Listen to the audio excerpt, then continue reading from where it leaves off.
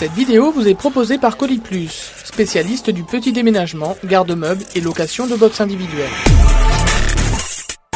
On définit la communication numérique en opposition à la communication traditionnelle, qu'on peut appeler aussi la communication print, qui est en fait toute la communication papier traditionnelle qu'on a. D'accord. Alors la communication papier, ça peut être une plaquette. Le street, ce qu'on appelait le street marketing avant. Alors, ça peut être ça, mais ça peut être aussi une plaquette institutionnelle d'une entreprise, ça peut être un 4x3 dans la rue, ça peut être des flyers. Donc, tout ça, c'est la communication à papa, on va dire.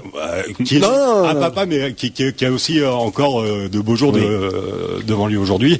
Et donc, même si la communication numérique, évidemment. Alors donnez des exemples pour être clair. Des exemples, c'est des sites internet. C'est la communication numérique. Des campagnes de SMS, c'est de la communication numérique. Des films. Aujourd'hui, c'est de la communication numérique aussi, parce que les films passent par le web aussi. Exactement, ouais, ça peut passer par le web.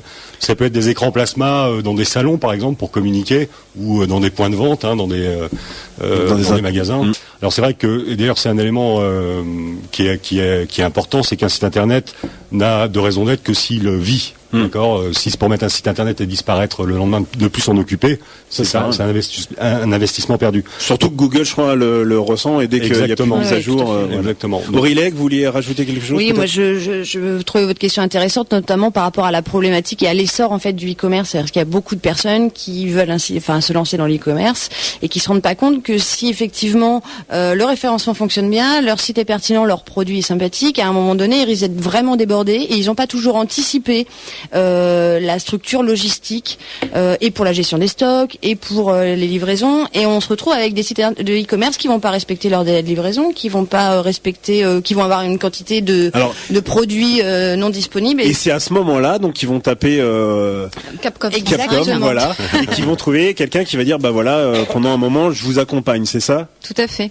Donc je mets à disposition un salarié qui aide. Comment ça fonctionne réellement? Alors je vais chercher les ressources. En fait, je diagnostique, c'est-à-dire que je vais regarder, parce que ce qu'on n'a peut-être pas évoqué, c'est que tout ça doit faire partie d'une stratégie. Ouais, mais quand une vraie stratégie. Voilà, d'une vraie stratégie. Tout le monde ne l'a pas forcément. Exactement. Le gros souci, quand on c'est se lance sur un canal de communication, il faut avoir pensé à tous les autres canaux. Il faut avoir pensé à sa stratégie commerciale de relations clients.